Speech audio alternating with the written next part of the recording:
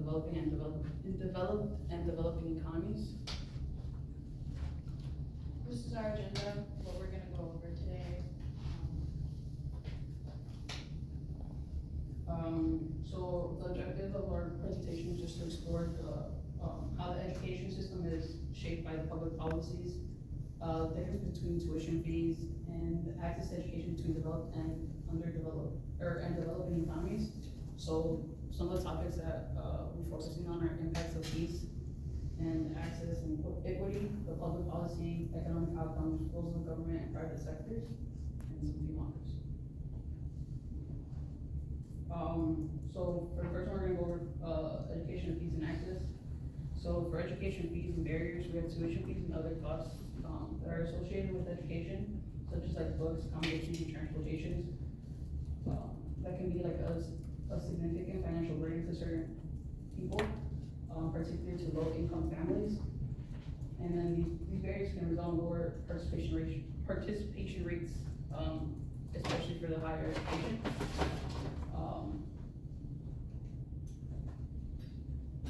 We can see these effects of high fees in developing economies in this graph, bar graph below. We can see the global education spending by source in billions of dollars.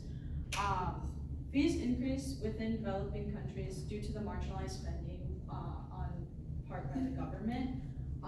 In high-income economies, governments spend more than 80% of the total education spending, and the rest is made up by, high-income households. And while low-income and lower middle-income economies contribute about 39%, which the government makes up the rest of the 60%. And we can see like the huge difference between high-income, upper middle-income, and lower middle-income. Over the course of the years, it has increased from 2010 to 2020. We see a huge difference, like a huge leap in billions of dollars. Like it's huge. And the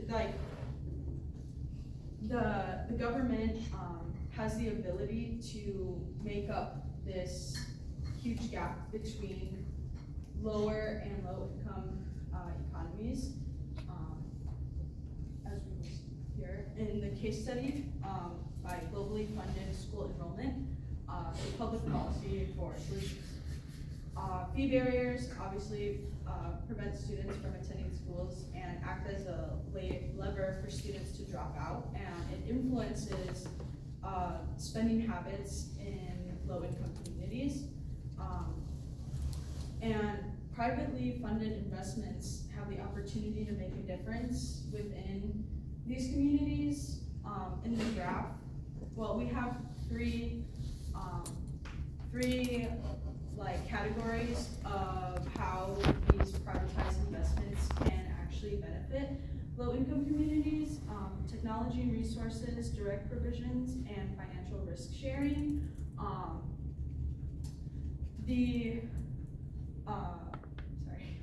The technology and resources, is the light pink. The financial risk sharing is the slightly darker pink, and then the red is the direct provisions.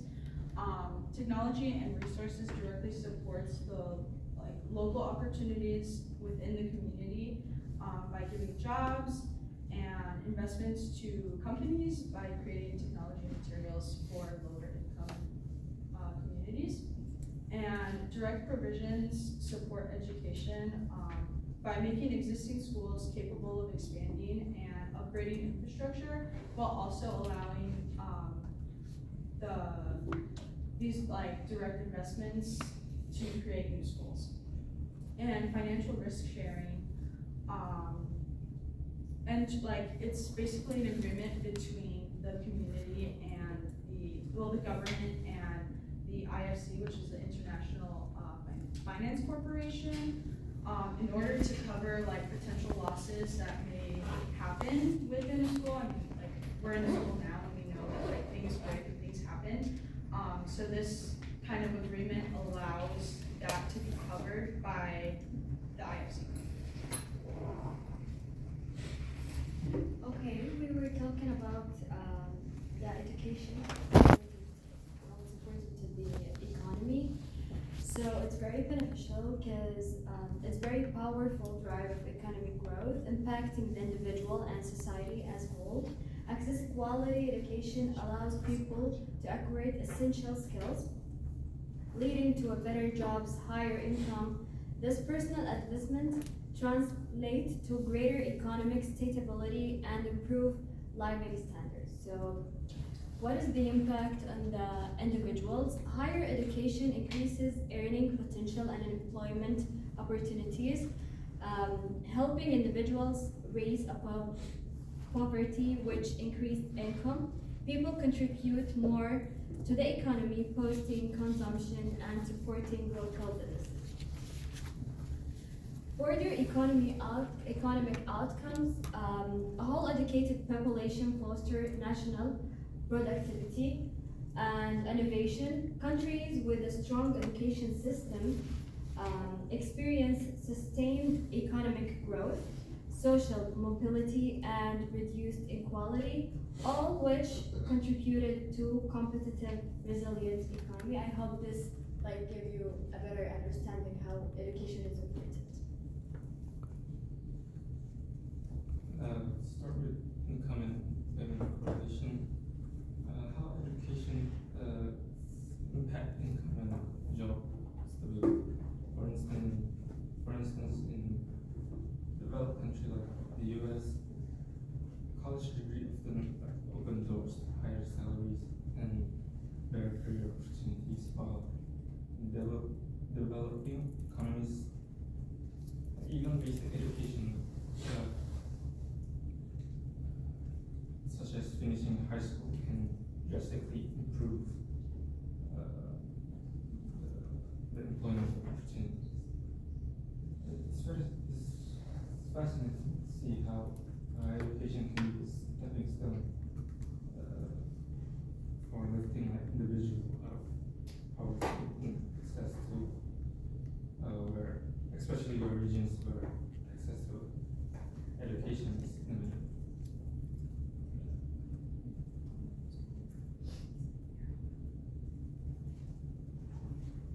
Okay, education doesn't just help individual, it drives entire economy forward in developed nation. Advanced education powers industry that require high skills and innovation. Now, stories is different for developing nation, where even basic education can transform lives. It increased literacy, productivity, and gives families from low income backgrounds a chance to climb the economic ladder. Here we take a look of two countries to understand the impact of education investment. South Korea is a prime example of success. It began prioritizing its education in the 1960s. Today it's boosts highly skilled workforce and a booming tech-driven economy. On the other hand, Brazil has made a notable progress in expanding access to education, but inequality still remains despite the literacy rate of 92%. Low income population still faces barriers limiting the country's for economic growth. Finally, there's challenges in developing countries because remains financially out of range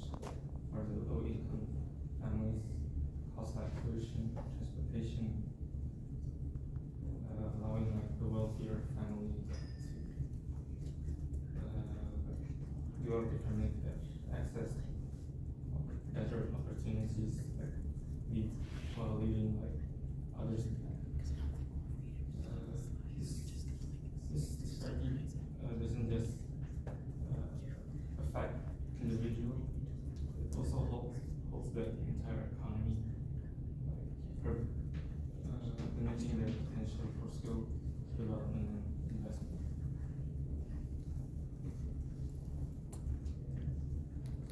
So now we are going to talk about the role of education in government and private sectors.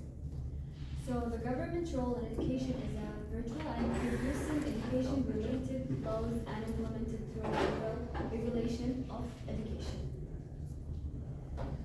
Educational standards are also included in the government's role in education. This allows the government to manage the quality of education on a national level to ensure that the quality of education for students, like they receive equivalent regardless where they are in the country. On the private sector, the role of the private sector complements the government's role in education. This proves additional financial resources as well as setting standards and improving the ability to accommodate the growing demand for the education. In education, the private sectors include many facts such as community-based, faith-based, and independently sponsored education institutions and actors. So here we take a look at the government versus the private sector in developing economies. It's important for the government to prevent a citizen from being rejected of receiving their education based on race, gender, disability, or background. This is like imposed, here in the US, it's imposed by ensuring that state and local institutions receiving federal funds are not allowed to discriminate against its students based on those factors. In the US, the government promotes institutions to reach low-income students by, they do this by, for example, the ESEA Title I, or Elementary and Secondary Education Act. And Title I specifically promotes a redistribution of resources to predominantly low-income households. So neighborhoods that have like schools that aren't doing well statistically, and the government actually also like measures standards of education based on like standardized tests. Here in the US, it's standardized tests, and that's how they base how much government funds each school receives. But in the private sector, it's kind of different. They still interact with each other, but here in the US, in order to provide technology and services to students across the country, the private sector and the government have to interact. In Chicago alone, during the pandemic, CPS spent $308 million in order to provide their students with access to education. We just saw a presentation on how COVID affected us. So here in Chicago, like the pandemic, we had to go like fully remote, and everyone had to get a laptop. So this, like CPS had to spend that money in order to receive those technologies. And the private sector in the United States, another facet of the private sector is private education in the United States. This allows more liberty with electing curriculums and curating students' learning experience more freely due to less resilience on the government and the pressure of performance from standardized tests. This does not mean that standardized tests are eliminated, as they must ensure the progress of the students that are attending those institutions. Okay, government versus private sectors in developing economy. We have in Kenya and Somalia. The parents in Kenya are seen often obtaining into private schools in order to improve their child's quality of education, as the government often find themselves struggling to keep with the demand for education. The private sector is capable of accommodating new students rapidly. The private sector is much more appealing to even low-income families despite needing to pay for education. The dimensioning government investment in education facilitates to push towards the private education. However, in Somalia, the government and private sectors need to interact in order to hold the private education institution accountable for their promises to parents and the quality of education that they're proving. Somalia, UNICEF founded private education institution regarding regulating below par due to the lack of governmental structure.